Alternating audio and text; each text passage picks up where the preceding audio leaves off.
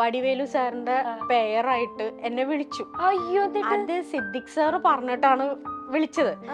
Sir മരിക്കുന്നതിന്റെ ഒരു 7-8 മാസം മുമ്പ് ഞങ്ങൾ കണ്ടിരുന്നു ചാനലിൽ ഷൂട്ടിന് വന്നപ്പോൾ.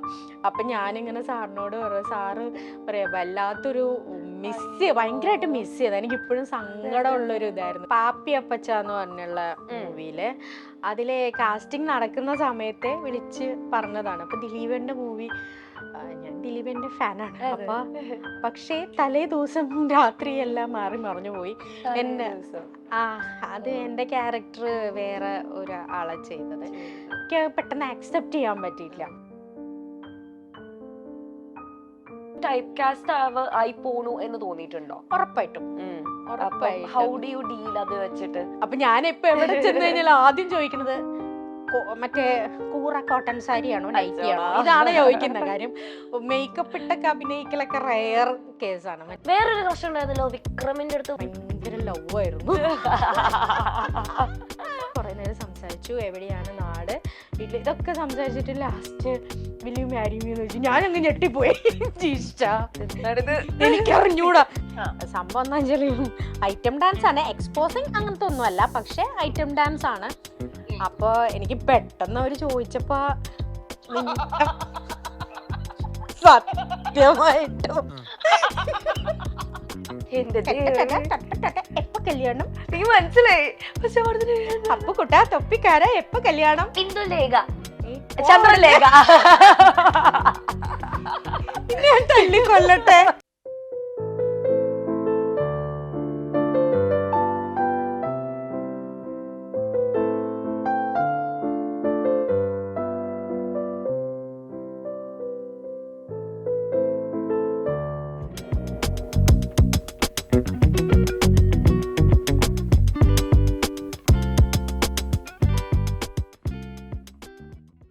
ചേച്ചി ഇപ്പൊ ഭയങ്കര ഡാൻസറും ആക്ടറും ഒക്കെ ആണല്ലോ.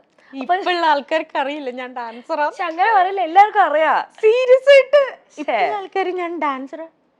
ആദ്യം അടിമുടി ഒന്ന് നോക്കിട്ട് ഡാൻസോ, അതായത് നമുക്ക് അത് മാറ്റി കൊടുക്കാം. നമുക്കൊരു ഡാൻസർ ഒക്കെ എന്തായാലും മൈൽ സ്റ്റോൺ വഴി ചേച്ചി ഒരു ഡാൻസർ ആക്കും. അപ്പൊ എന്തായാലും അപ്പം ആ ഒരു ലെവലിലേക്ക് ഉള്ളത് കാരണം ഞാൻ ഒരു ഡയലോഗ് പറഞ്ഞുതരാം. ആ ഡയലോഗ് ദേഷ്യത്തിൽ പറയണം, ചിരിച്ചോണ്ട് പറയണം, കരഞ്ഞോണ്ടും പറയണം. ഓക്കെ? അപ്പൊ ആ ഡയലോഗ് ആണോ? ചെറുതായിട്ട് ഇത് കണ്ട് ഇനിയും കോൾസ് തരണം സിനിമേന്ന്. ഓക്കെ? അപ്പൊ ഡയലോഗ് കറക്റ്റ് ആയിട്ട് പഠിച്ചോളൂ. ഇവർ എന്നെ കുറെ നാളായി വിളിക്കുന്നു, ഈ ഇന്റർവ്യൂവിന് ഞാൻ വരണ്ടാന്ന് വിചാരിച്ചതാ, എന്തായാലും വന്നത് ഇങ്ങനെയായി. എന്തുവാണ് ഈ ഇവരെന്നെ കുറെ നാളായിട്ട് വിളിക്കുന്നു, ഈ ഇന്റർവ്യൂവിന് ഞാൻ വരണ്ടാന്ന് വിചാരിച്ചതാ. സത്യങ്ങൾ വിളിച്ചു പറയുന്നു, കേക്കണ്ട ആൾക്കാര് വിചാരിച്ചതാ, എന്തായാലും വന്നത് ഇങ്ങനെയായി. അപ്പൊ അതാദ്യം ദേഷ്യത്തോടെ പറയാ, ചിരിച്ചോണ്ട് പറയാ, കരഞ്ഞോണ്ട് പറയാ. തുടങ്ങിയോ? Ready, 1 2 3 go. ഇവരെന്നെ കൊറേ നാളായിട്ട് വിളിക്കുക, ഞാനേ വരണ്ടാന്നൊക്കെ വിചാരിച്ചതാ, പക്ഷെ എന്തായാലും വന്നു പോയില്ലേ. അപ്പം നമ്പർ 1 ടിക്. രണ്ടാമത്തത് ദേഷ്യം. ഇവരെന്നെ കൊറേ നാളായിട്ട് വിളിക്കുക, വരണ്ടാന്ന് വിചാരിച്ച പിന്നെ വന്ന് പെട്ടു പോയില്ലേ. ഓക്കെ, നെക്സ്റ്റ് കരച്ചിൽ. ഇവരെന്നെ കൊറേ നാളായിട്ട് വിളിക്കുക, വരണ്ടാന്നൊക്കെ ഞാൻ വിചാരിച്ചതാ, പക്ഷെ വന്ന് പെട്ടു പോയില്ലേ, എന്താ പറയാനാ. അടിപൊളി. ഇതിന് ഞങ്ങൾ ചേച്ചിക്ക് എന്തായാലും ഒരു ഗപ്പ് തരുന്നതായിരിക്കും. എന്താണോ ഇല്ല, towards the end of the game ഒരു ഗപ്പ് വരും. ഓക്കെ, ശരി, നമുക്കൊരു സെഗ്മെന്റിലേക്ക് പോയാലോ? ഓക്കെ, അപ്പൊ ഈ സെഗ്മെന്റിൽ ഞാൻ ചേച്ചിക്ക് കുറച്ച് മൂവീസിന്റെ ചിറ്റ്സ് തരും. ഓക്കെ, ഈ ചിറ്റ്സ് ചേച്ചി എടുക്കുക. ആൻഡ് എന്റെ അടുത്ത് സിനിമയുടെ പേര് പറയരുത്, ആക്ടും ചെയ്യണ്ട. പകരം ചേച്ചി ഇതില് ഉള്ള ആക്ടേഴ്സിന്റെ പേരൊക്കെ പറയാ, എടുത്തോളൂ. മറ്റേ ഞാൻ പ്രാർത്ഥിച്ചിട്ടൊക്കെ എടുക്കാറ്, ഇതിപ്പോ എനിക്കുള്ള പണിയല്ലല്ലോ. ആക്ടറിന്റെ പേര് പറഞ്ഞാൽ മതി. പേര് പറഞ്ഞാൽ മതി. ലാലേട്ടൻ. വാലിബൻ അല്ല, ഫുൾ രണ്ടുപേരെങ്കിലും പറയണ്ടേ? നമുക്ക് ഫസ്റ്റ് ക്ലൂവിൽ കിട്ടിയാലും എക്സലന്റ് ആണല്ലോ. എക്സലന്റ് കറക്റ്റ് ആണോ? അല്ല. ഓക്കെ, അടുത്തത് പെണ്ണാരാ? സൗന്ദര്യ. കിളിച്ചുണ്ടൻ മാമ്പഴം. സൂപ്പർ. ഓക്കെ, കള്ളലക്ഷണം ഉണ്ട്. ചേച്ചിക്കാണ് ഗുണം. കള്ളലക്ഷണം ഉണ്ടല്ലോ. വീണ്ടും ലാലേട്ടൻ. പിന്നെ ലാലേട്ടനോ? പെണ്ണിന്റെ പേര് പറഞ്ഞു. നായികയുടെ പേര് ഞാൻ പറയില്ല, വേറൊരു ആക്ടറിന്റെ പേര് പറയാം. അതെന്താ നായികയുടെ പേര് പറയാത്തെ? നായികയുടെ അമ്മ അപ്പൊ പെട്ടെന്ന് സൂപ്പർ ആയാലോ. ശ്രീനിവാസൻ ചേട്ടൻ. അപ്പോഴും പെട്ട്. അക്കരെ അല്ല, നായികയുടെ പേര് പറയട്ടെ. വേണ്ട, ആലോചിക്കട്ടെ. ഉദയനാണ് താരം. അല്ല, ലോ പരാജയായല്ലോ. എന്നാ നായികയുടെ പേര് പറ. 2 നായികമാരുണ്ട്. ഒന്ന് സുകന്യ.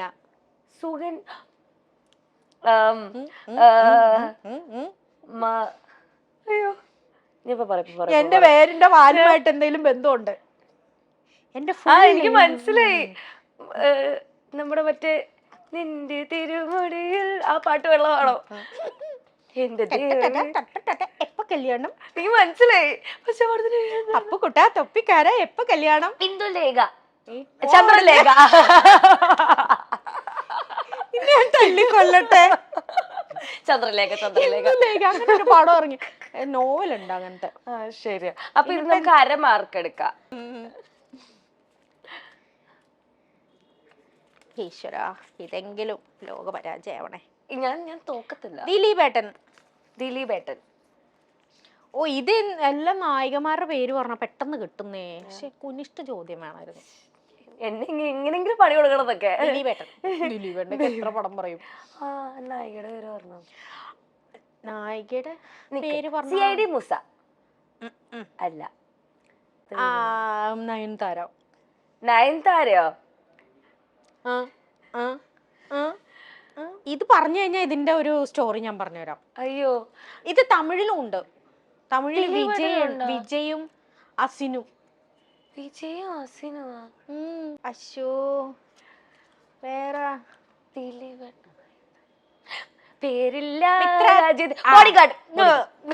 ബോഡിഗാർഡിന്റെ ഒരു കഥ ഞാൻ പറയാം, ഇത് കഴിഞ്ഞിട്ട്. ലാസ്റ്റ് കൂടെ കഴിഞ്ഞിട്ട് ബോഡിഗാർഡിന്റെ കഥ. സൂപ്പർ അല്ലല്ലോ, അതും കഴിഞ്ഞിട്ടില്ല. ഞാൻ ഗുഡ് ആയി പോയി. പൃഥ്വിരാജ്. ചോക്ലേറ്റ് ആണോ? ഇത് നേരത്തെ അവിടെ സത്യമായിട്ട് ഇല്ല. ഞാൻ പഠിത്തത്തിലും കുറച്ച് മോശമാണെങ്കിൽ ഇങ്ങനത്തെ സിനിമയുടെ കാര്യത്തിൽ അപ്പൊ ബോഡിഗാർഡിന്റെ വിശേഷം പറ. ബോഡിഗാർഡിന്റെ വിശേഷം എന്താ വെച്ചാല്, അതിന്റെ തമിഴ് ഉണ്ടായിരുന്നല്ലോ, ബോഡിഗാർഡിന്റെ തമിഴ്. എനിക്ക് ഇപ്പോഴും സങ്കടം ഉള്ളൊരു കാര്യം തന്നെയാണ്. അതില് നമ്മുടെ വടിവേലു സാറിന്റെ പേരായിട്ട് എന്നെ വിളിച്ചു. അയ്യോ, അത് സിദ്ദിഖ് സാറ് പറഞ്ഞിട്ടാണ് വിളിച്ചത്. അത് നമ്മുടെ KS പ്രസാദ് ഉണ്ടല്ലേ, പ്രസാദായിട്ട് വൈകിട്ട് 4 മണിക്ക് വിളിച്ചിട്ട് പറയാ, 5 മണിയുടെ ട്രെയിനിൽ നീ ചെന്നൈക്ക് പോകണം, ഒരു 10 days ഷൂട്ട്. ഞാൻ വെറും 4 മണിക്ക് വിളിച്ചിട്ട് 5 മണിയുടെ ട്രെയിനിൽ എങ്ങനെ പോകും? അന്നൊന്നും നമ്മൾ ഈ ബുദ്ധിമുട്ടും പെട്ടെന്ന് കത്തൂല്ല. എൻ്റെ സാറ് മരിക്കുന്നതിൻ്റെ ഒരു 7-8 മാസം മുമ്പ് ഞങ്ങൾ കണ്ടിരുന്നു ചാനലിൽ ഷൂട്ടിന് വന്നപ്പോൾ. അപ്പം ഞാനിങ്ങനെ സാറിനോട് പറയാം, സാറ് പറയാം വല്ലാത്തൊരു ഭയങ്കരമായിട്ട് മിസ് ചെയ്ത്. എനിക്ക് ഇപ്പോഴും സങ്കടമുള്ളൊരു ഇതായിരുന്നു. കാര്യം വടിവേലു സാറിൻ്റെ കൂടെയൊക്കെ പെയറായിട്ട് ചെയ്യാൻ കിട്ടുന്ന ഒരു ചാൻസ് ആയിരുന്നു. മാത്രമല്ല സാറ് തന്നെയാണല്ലോ ഡയറക്റ്റും ചെയ്തത്. അപ്പൊ സാറ് പറയാ, അന്നൊരു ടാക്സി വിളിച്ചു വന്നെങ്കിലും അവര് പൈസ കൊടുത്തു. അങ്ങനെ തമിഴ് ആൾക്കാരാണല്ലോ, നമുക്കറിയില്ലല്ലോടാ അത്രയും അങ്ങനെ. ഈ മൂവിയുടെ ഒന്നും അറിയില്ല, പക്ഷെ അത്രയും നാള് മുമ്പൊന്നും നമ്മൾ ചിന്തിക്കണല്ലോ, ദൈവം ഇവിടുന്ന് ചെന്നൈ വരെയൊക്കെ കാറിൽ പോവാന്നൊക്കെ പറയുന്നത് ഒരു നമുക്കറിയില്ലല്ലോ. കാര്യം അത്രമാത്രം പൈസയൊക്കെ കൊടുത്തിട്ട് അങ്ങനെ ഒരു ഇത്, അത് ഭയങ്കരമായിട്ട് മിസ് ചെയ്ത ഒരു ഭയങ്കര സങ്കടമുള്ള ഒരു കാര്യമാണ് അത്. സാരില്ല, അപ്പൊ ഇനിയും അതില് അതൊക്കെ മേലെയുള്ള കുറച്ച് സംഭവങ്ങൾ ചെയ്തിട്ടുണ്ടായിരുന്നല്ലോ, അതിലേക്ക് ഞാൻ വരാം. അതിന് മുന്നേ നമുക്ക് അടുത്ത സെഗ്മെന്റ് ചെയ്യാം. ഓക്കെ, ഈ സെഗ്മെന്റില് ചേച്ചിയുടെ ഫീൽഡിൽ തന്നെയുള്ള ഒരു കോമഡി ഫീൽഡിലുള്ള ഒരു ചേച്ചീനെ വിളിക്കാം. ചേച്ചിനെ വിളിച്ചിട്ട് പറയാം, എടീ നമ്മുടെ ഒരു ഡയറക്ടർ, ഒരു ഫേമസ് ഡയറക്ടർ എന്നെ വിളിച്ച് ഒരു കോമഡി താരത്തെ ഐറ്റം ഡാൻസ് ആവശ്യമുണ്ടെന്ന് പറഞ്ഞു, ഞാൻ നിന്നെ സജസ്റ്റ് ചെയ്തോട്ടെ. ഇതാണ് ഡയലോഗ്. ആരെ വിളിക്കാൻ പോണേ? I dare you to do it. ദേവീനെ വിളിക്കാം, ദേവി Okay, ചന്ദനെ. ദേവി ചന്ദന. എന്താ Okay, ആ വെച്ചാൽ ചേച്ചിയെ ഞങ്ങള് ട്രൂപ്പില് 4 കൊല്ലം ഓ ഒന്നിച്ചുണ്ടായിരുന്നു. ചേച്ചി ഡാൻസർ ആ ആണ്. ഡാൻസറാണ് ഞങ്ങള്. യെസ് പറയോ? അത് പറയാൻ പറ്റില്ല. അന്നേരം നമുക്ക് നോക്കാം. ദേവിക്ക് ഇച്ചിരി ബുദ്ധിയൊക്കെ ഉള്ളതുകൊണ്ട് ചിലപ്പോ പെട്ടെന്ന് കണ്ടുപിടിക്കുമോ എന്നുള്ള ടെൻഷനാ എനിക്ക്. അത് ചേച്ചിയുടെ കയ്യിലാണ് ഇരിക്കുന്നത്. ചേച്ചി മാക്സിമം അഭിനയിച്ച് തകർക്കുക, പറ്റിക്കുക, കൺവിൻസ് ചെയ്യുക, ലാസ്റ്റ് നമുക്ക് പൊട്ടിക്കാം. നോക്കാം, ബിരിയാണി ട്രൈ ചെയ്യാം. ബിരിയാണി എനിക്ക് വേണ്ട. നമുക്ക് നോക്കാം. മെനു കാർഡ് വിളിക്കട്ടെ? ആ വിളിക്കും. എന്താവോ എന്തോ.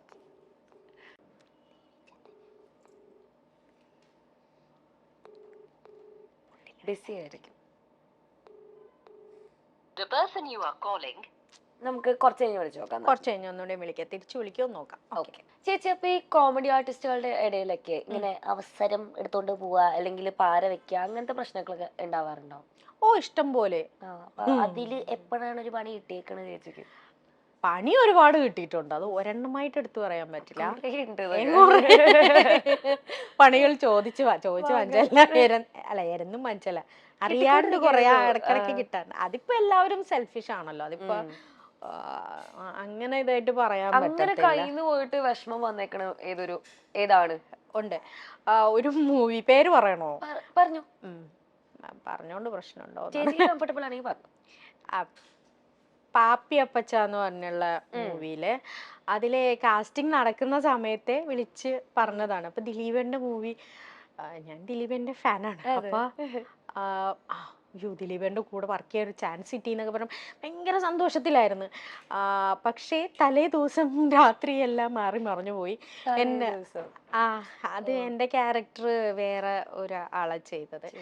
ഞാൻ ക്യാരക്ടറും പറയില്ല, പേരും പറയില്ല, അത് ശരിയല്ലല്ലോ. പക്ഷെ എനിക്ക് അന്ന് എന്നെ സംബന്ധിച്ച് ഞാൻ അതിനു മുമ്പ് മൂവീസ് ചെയ്തിട്ടുണ്ട്, ചൈൽഡ് ആർട്ടിസ്റ്റ് ആയിട്ടൊക്കെ ചെയ്യുന്നത്. കൊച്ചിൻ ഹനീഫ് അങ്കിളുടെ മോളായിട്ട് ചെയ്തിട്ടുണ്ട്. പിന്നെ മൂവീസൊക്കെ ചെറിയ ചെറിയ ക്യാരക്ടേഴ്സൊക്കെ ചെയ്യുന്നുണ്ടെങ്കിലും ഒരു കോമഡി എന്നുള്ളൊരു ഇത് വെച്ചിട്ട് ആദ്യത്തെ ഒരു വേഷമായിരുന്നു എനിക്കത്. പക്ഷെ ഭയങ്കര എനിക്ക് പെട്ടെന്ന് ആക്സെപ്റ്റ് ചെയ്യാൻ പറ്റിയില്ല. കാര്യം ഞാനങ്ങനെ പൊതുവെ അങ്ങനെ പാര വെക്കലും പരിപാടിയൊന്നുമില്ല. എന്തുണ്ടെങ്കിലും മൂത്തൂക്കി പറയും. അല്ല അങ്ങനെയല്ല, എൻ്റെ ഒരു അത് നെഗറ്റീവ് എന്നേ ഞാൻ പറയുള്ളൂ കേട്ടോ. എൻ്റെ ഒരു നെഗറ്റീവ് എന്ന് പറഞ്ഞാൽ എനിക്ക് പെട്ടെന്ന് ദേഷ്യവും വരും. എന്തെങ്കിലും ഉണ്ടെങ്കിൽ ഓപ്പൺ ആയിട്ട് അങ്ങ് പറയുകയും ചെയ്യും. ദേവി വിളിക്കുന്നുണ്ട്, നമുക്ക് പറയാം. ഓക്കെ, ദേവി എന്നെ വിളിക്കുന്നുണ്ട്. എടാ തിരക്കിലാണോടാ?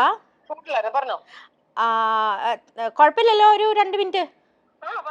എടാ അതെ, ഒരു തെലുങ്ക് മൂവിയുടെ ഒരു മറ്റേ കാസ്റ്റിംഗ് ഇത് ചെയ്യുന്ന ആൾക്കാർ വിളിച്ചേ. അപ്പോൾ അതിൽ നമുക്ക് മലയാളത്തിൽ കോമഡിയിൽ ആരെങ്കിലും ഡാൻസ് ചെയ്യാൻ പറ്റിയ ആരെങ്കിലും ഉണ്ടോയെന്ന് ചോദിച്ചു. സംഭവം എന്താ വെച്ചാൽ ഐറ്റം ഡാൻസ് ആണ്, എക്സ്പോസിങ് അങ്ങനത്തെ ഒന്നുമല്ല, പക്ഷെ ഐറ്റം ഡാൻസ് ആണ്. അപ്പോൾ എനിക്ക് പെട്ടെന്ന് അവർ ചോദിച്ചപ്പോൾ സത്യമായിട്ടും എന്താ ചിരിക്കണേ? ഒന്നുമില്ല എനിക്ക്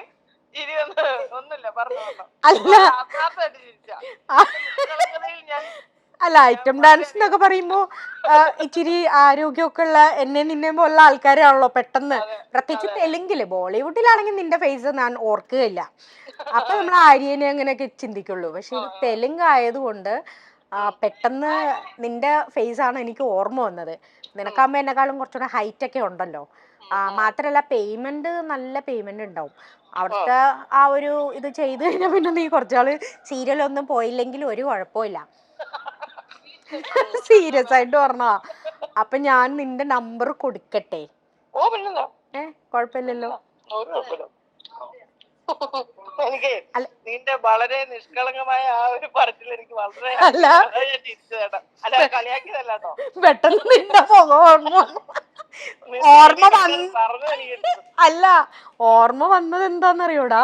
നമ്മുടെ നന്ദനത്തിന്റെ കോസ്റ്റ്യൂം ഇട്ടിട്ടുള്ള നിന്റെ ഇപ്പോഴത്തെ രൂപവും നന്ദനത്തിന്റെ കോസ്റ്റ്യൂമും ഒന്ന് ആലോചിച്ച് നോക്കൂ.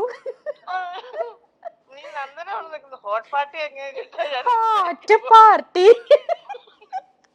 അപ്പൊ ഞാന് അവർക്ക് നമ്പർ കൊടുക്കാം.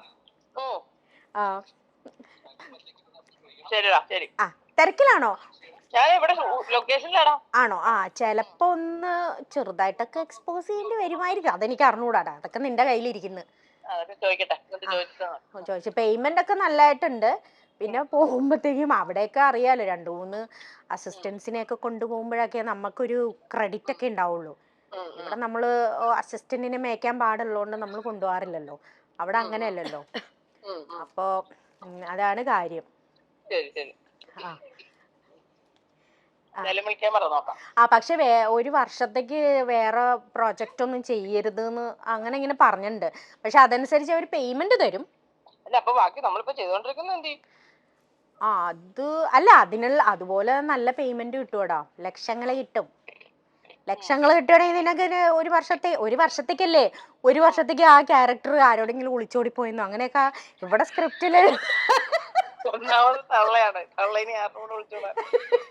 അല്ല, തള്ളമാര് ഒളിച്ചോടുമ്പോഴാണല്ലോ ട്വിസ്റ്റ് ഉണ്ടാവുക, റേറ്റിംഗ് കയറുമല്ലോ. അതെ അതെ, നോക്കാം. എല്ലാവരും വിളിക്കട്ടെ, ഞാൻ നോക്കാം. ഒരു മിനിറ്റ് എടാ, ഞാൻ ഒരാളുടെ കൊടുക്കാവേ. ദേവി ചേച്ചി, എന്തോ? എന്റെ പേര് ശ്വേത, ഞാൻ മൈൽ സ്റ്റോൺ മേക്കേഴ്സ് എന്നാണ് വിളിക്കുന്നത്. പറഞ്ഞോളൂ പറഞ്ഞോളൂ. ഞാൻ നമ്മുടെ ചെറിയൊരു പണി കൊടുക്കാൻ വേണ്ടി ഒരു പ്രാങ്ക് കൊടുത്തതാണ്. പക്ഷെ അടിപൊളിയായിട്ട് എന്തായാലും ഞങ്ങൾക്കൊരു ചിരിക്കാനുള്ള അവസരം ഉണ്ടാക്കി തന്നതിന് വളരെ നന്ദി. ഞാൻ പറഞ്ഞ കാര്യം നമ്പർ കൊടുത്തോളൂ അല്ലേ? അതെ അതെ. എടാ, അതെന്താ അറിയോ, ഇത് പറഞ്ഞ ഉടനെ പെട്ടെന്ന് നിന്റെ ഫേസ് ആണ് ആ റെഡ് ഡ്രസ്സുള്ള നന്ദനത്തിന്റെ കോസ്റ്റ്യൂം. പക്ഷെ ഞാൻ ഇവരോട് പറഞ്ഞേ, അല്ല ദേവിയോട് സംസാരിച്ചു കഴിഞ്ഞാൽ ദേവിക്ക് ഇച്ചിരി ബുദ്ധിയൊക്കെ ഉള്ള കൂട്ടത്തിലായിട്ട് ചിലപ്പോ പെട്ടെന്ന് കണ്ടുപിടിക്കും. സാരമില്ല, ചിലപ്പോ ഇത് കഴിയുമ്പോ ചിലപ്പോ അങ്ങനെ വല്ല ചാൻസ് ഉണ്ടെങ്കിൽ നമുക്ക് നോക്കാം.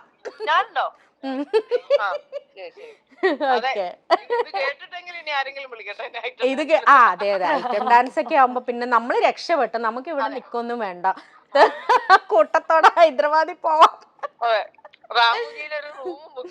അതെ, റാമു. ഓക്കേടാ, okay, thank you so much. Take care. അതെന്തായാലും അടിപൊളിയായി. എന്താ അറിയോ, ഇത് പറഞ്ഞപ്പോഴേ എനിക്ക് ഞങ്ങള് US ഷോ പിന്നെ ഗൾഫ് ഷോ ഒക്കെ 1 മന്ത് കണ്ടിന്യൂസ് ആണ് പോണത്. അതാ ഞാൻ ഒരു ഷോയ്ക്കല്ല പോകുന്നത്. അന്നൊക്കെ പോകുമ്പോ ഒരു മാസം ഇവിടുന്ന് പെട്ടിയും കുടുക്കൊക്കെ എടുത്തിട്ട് ഒരു മാസം കഴിഞ്ഞിട്ടാ തിരിച്ചു വരും. അപ്പൊ പെട്ടെന്ന് ഇങ്ങനെ ഐറ്റം ഡാൻസ് എന്ന് പറഞ്ഞാൽ മറ്റിത്രയും ആൾക്കാരുണ്ടെങ്കിലും പെട്ടെന്ന് ദേവിയുടെ ആ ഒരു ഇത് വെച്ചാൽ ഞങ്ങളൊക്കെ ചബ്ബി ആയതുകൊണ്ട് ഐറ്റം ഡാൻസ് അവിടെയൊക്കെ ഇച്ചിരി അത്യാവശ്യം തടിയുള്ള ആൾക്കാരാണല്ലോ ഇത് ചെയ്യുന്നത്. അപ്പൊ പെട്ടെന്ന് ദേവീനെ ഓർത്തപ്പോ എനിക്ക് ആ ഡ്രസ്സ് ഓർമ്മ വന്നു. അതൊരു പ്രത്യേക തരം ഡ്രസ്സാണ്. നന്ദനം മൂവിയിലത്തെ അതിലെ ആ ഡാൻസ് ഉണ്ടല്ലോ. അപ്പൊ എനിക്ക് ഗ്രീൻ ഡ്രസ്സ്, ദേവിക്ക് റെഡ് കളറിലെ ഡ്രസ്സാണ്. പിന്നെ മറ്റേ ഹോട്ട് പാർട്ടി എന്നുള്ള അതിലുണ്ട്. അത് പക്ഷെ മോഡേൺ ഡ്രസ്സാണ്. കിഷോറും ഉണ്ടായിരുന്നു ഞങ്ങളുടെ ഷോയ്ക്ക്. അപ്പൊ കിഷോറിനെ ഞങ്ങള് ഡാൻസിലൊക്കെ ഉൾപ്പെടുത്തി. പെട്ടെന്ന് ആ ഡ്രസ്സും ആ കോലും ഇപ്പോഴത്തെ രൂപവും ആ ഡ്രസ്സും ആണ് ഓർമ്മ വന്നത്. എന്തായാലും ചേച്ചി പറഞ്ഞതുപോലെ ഇത് കേട്ടിട്ടൊക്കെ കോൾസ് ഇങ്ങനെ വരട്ടെ ഇതുവരെ.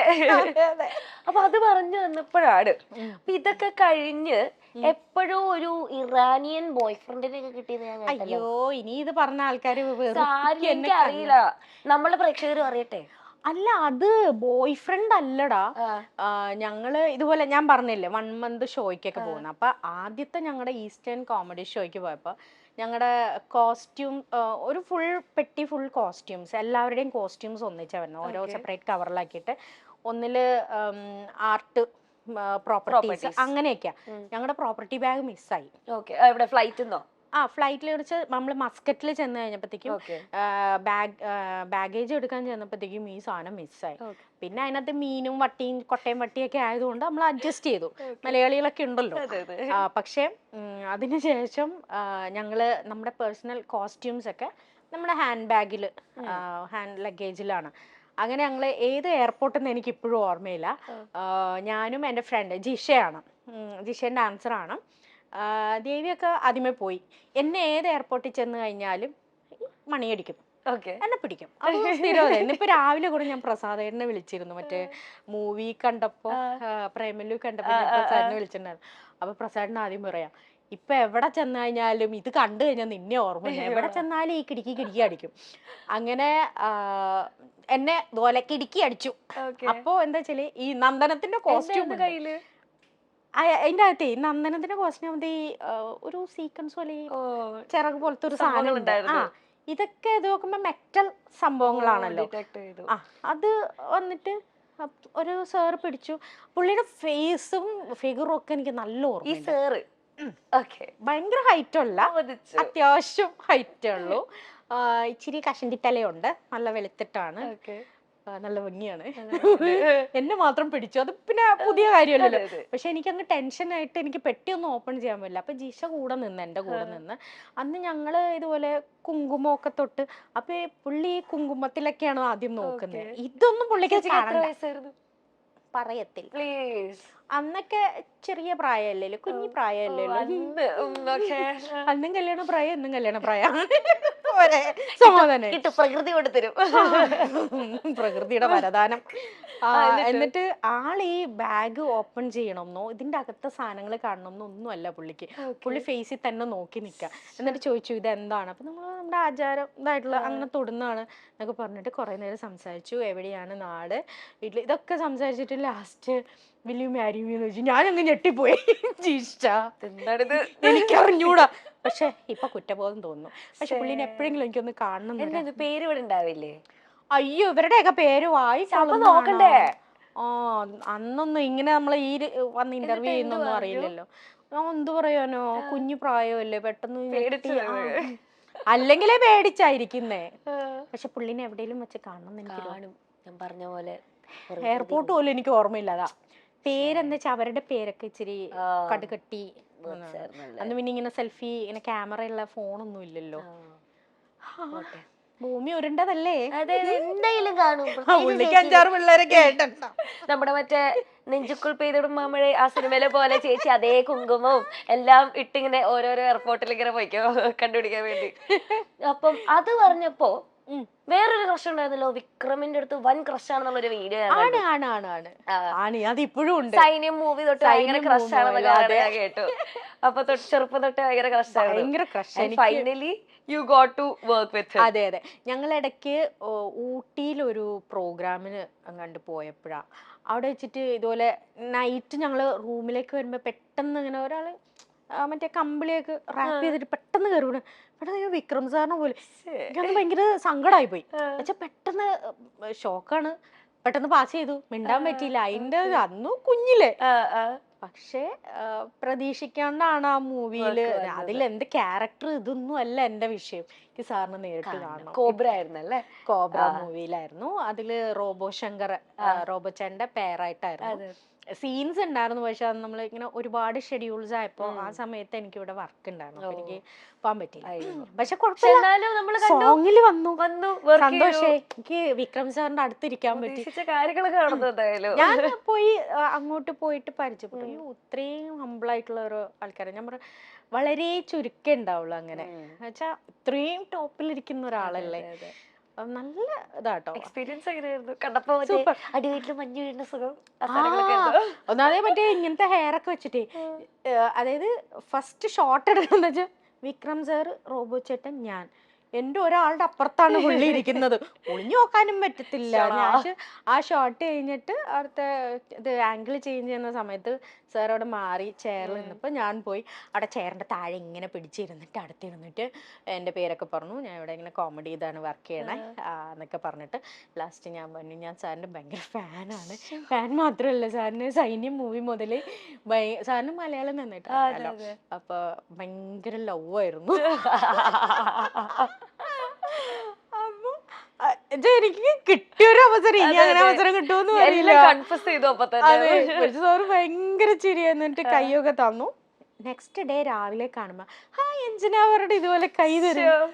എനിക്കെന്തോ വേണോ, ഇനി എന്ത് വേണം എനിക്ക്. അത്രേ ഉള്ളൂ. പുതിയ പടമൊക്കെ ഇറങ്ങാൻ പോവാണ് പുള്ളിയുടെ. ഫസ്റ്റ് ഡേ തന്നെ പോയി കാണണ്ടേ? അല്ല ഞാൻ അങ്ങനെ ഇതെന്ത് ക്രഷാ? അങ്ങനൊന്നും അങ്ങനത്തെ പ്രാന്തൊന്നുമല്ല.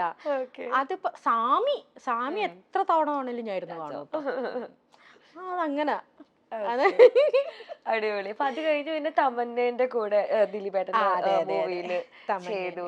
അപ്പൊ അതിൽ ഏറ്റവും ഇഷ്ടപ്പെട്ട ഒരു ഇൻസിഡന്റ് എന്തായിരുന്നു ആ ഷൂട്ട് ഡേയില്? അത് ഒരു വിശേഷം. വിശേഷമോ? അതില് വിശേഷം അങ്ങനെ ഇതായിട്ടൊന്നുമില്ല. നോർമലി എല്ലാ ഇതുപോലെ. പിന്നെ വെച്ചാ എവിടെ ചെന്ന് കഴിഞ്ഞാലും അതില് ഇപ്പൊ DOP തന്നെ ഷാജി കുമാർ ആണെങ്കിലും നമ്മുടെ ക്രൂ ആണെങ്കിലും എല്ലാവരും അറിയുന്നത് തന്നെയാണല്ലോ. അപ്പൊ നമുക്കൊരു പുതിയ ലൊക്കേഷനിൽ പോകുന്ന ഫീൽ ഉണ്ടായില്ല. ആകെ അരുൺ ഗോപി സാറിനെ മാത്രമേ ഫസ്റ്റ് ആയിട്ട് ഞാൻ കാണുന്നേ ഉള്ളൂ. ബാക്കി ഓൾമോസ്റ്റ് എല്ലാവരും അസോസിയേറ്റ്സിനെ ഒക്കെ എനിക്ക് അറിയുന്നതാണ്. പിന്നെ തമന്നേനെ കണ്ടു, മിണ്ടി, പിന്നെ ഈശ്വരി റാവു, അവരൊക്കെ ദിനോ മോറിയ അവരൊക്കെ ഉള്ളെന്ന് എനിക്ക് അറിഞ്ഞൂടാ. അത് പെട്ടെന്ന് വിളിച്ചതാ. അപ്പൊ നാളെ ഷൂട്ടാണെങ്കിൽ ഇന്ന് വൈകിട്ട് ഒരു 5 മണി ആ സമയത്തൊക്കെ വിളിച്ചിട്ട് കൺട്രോളർ പറഞ്ഞു. കൺട്രോളറും നമ്മൾ അറിയണ കുറെ വർക്കുകൾ ചെയ്തല്ലോ. അപ്പൊ ചേട്ടൻ പറഞ്ഞു ഈ അടുത്ത് വല്ല വർക്കുണ്ടോ ചോദിച്ചു. അപ്പൊ എനിക്ക് മറ്റേ ഉരുളക്കുപ്പേരി എന്ന് പറഞ്ഞ പ്രോഗ്രാം ചെയ്യായിരുന്നു. 4 ദിവസം ഓൾറെഡി ബ്ലോക്ക്ഡ് ആയിരുന്നു. അപ്പൊ നാളെ മുതൽ ഒരു 10 ദിവസം, 10 അല്ല 14 ദിവസത്തോളം എടുത്തു. അപ്പൊ ഞാൻ പെട്ടെന്ന് ഞാൻ പറഞ്ഞു ചേട്ടാ അത് ഓൾറെഡി ഞാൻ പറഞ്ഞിട്ടുണ്ട്, ഞാൻ ഒന്ന് ചോദിക്കട്ടെ പറഞ്ഞു. അപ്പൊ അവര് പറഞ്ഞു ഓക്കെ കുഴപ്പമില്ല, പടമല്ലേ, നമുക്ക് എപ്പോഴും പടത്തിനാണല്ലോ ഫസ്റ്റ് പ്രയോറിറ്റി, മറ്റേത് എപ്പോ വേണേലും നിൽക്കാം, ഒന്നും പറയാൻ പറ്റില്ല. അങ്ങനെ നല്ലൊരു ഇതായിരുന്നു. പിന്നെ ഞാൻ ഏത് ലൊക്കേഷനിൽ പോയാലും നമ്മളവിടെ ഒരു കംഫർട്ട് സോൺ ഉണ്ടാക്കാന്നുള്ളതാണ്. പിന്നെ ഈ കച്ചറ ഉണ്ടാക്കാൻ പറ്റിയ ആരും ഇല്ല. പിന്നെ സഭാപതി നല്ല കമ്പനി. അപ്പൊ സഭയ്ക്ക് ബാക്കിയുള്ളവരും ഇപ്പൊ ദിലീപേട്ടൻ, ഈശ്വരി റാവു, തമന്ന ഇവരൊക്കെ ആണല്ലോ. അപ്പൊ കൂട്ടുകൂടാൻ പറ്റിയ ആൾക്കാരില്ല. അങ്ങനെ വന്ന് ഞങ്ങളുടെ കൂടെ ഞങ്ങൾ അവിടെ ഒരു കമ്പനി അടിച്ചു. അപ്പൊ ചേച്ചി മൂവീസിൽ ഇങ്ങനെ ഒരുപാട് റോൾസ് ഇങ്ങനെ ചെയ്തു വെച്ചിട്ടുണ്ട്. അപ്പൊ എപ്പോഴെങ്കിലും ടൈപ്പ് കാസ്റ്റ് ആയി പോണു എന്ന് തോന്നിയിട്ടുണ്ടോ? ഉറപ്പായിട്ടും. ഹൗ ഡു യു ഡീൽ അത് വെച്ചിട്ട്? Are you okay or like different? ഇപ്പം ഡിഫറൻസ് ചെയ്യുന്നുണ്ട് ശരിയാണ്, പക്ഷെ ആ ഒരു ടൈപ്പ് കാസ്റ്റിന്റെ ബുദ്ധിമുട്ടുകൾ എന്തായിട്ടാണ് ചേച്ചിക്ക് തോന്നുന്നത്?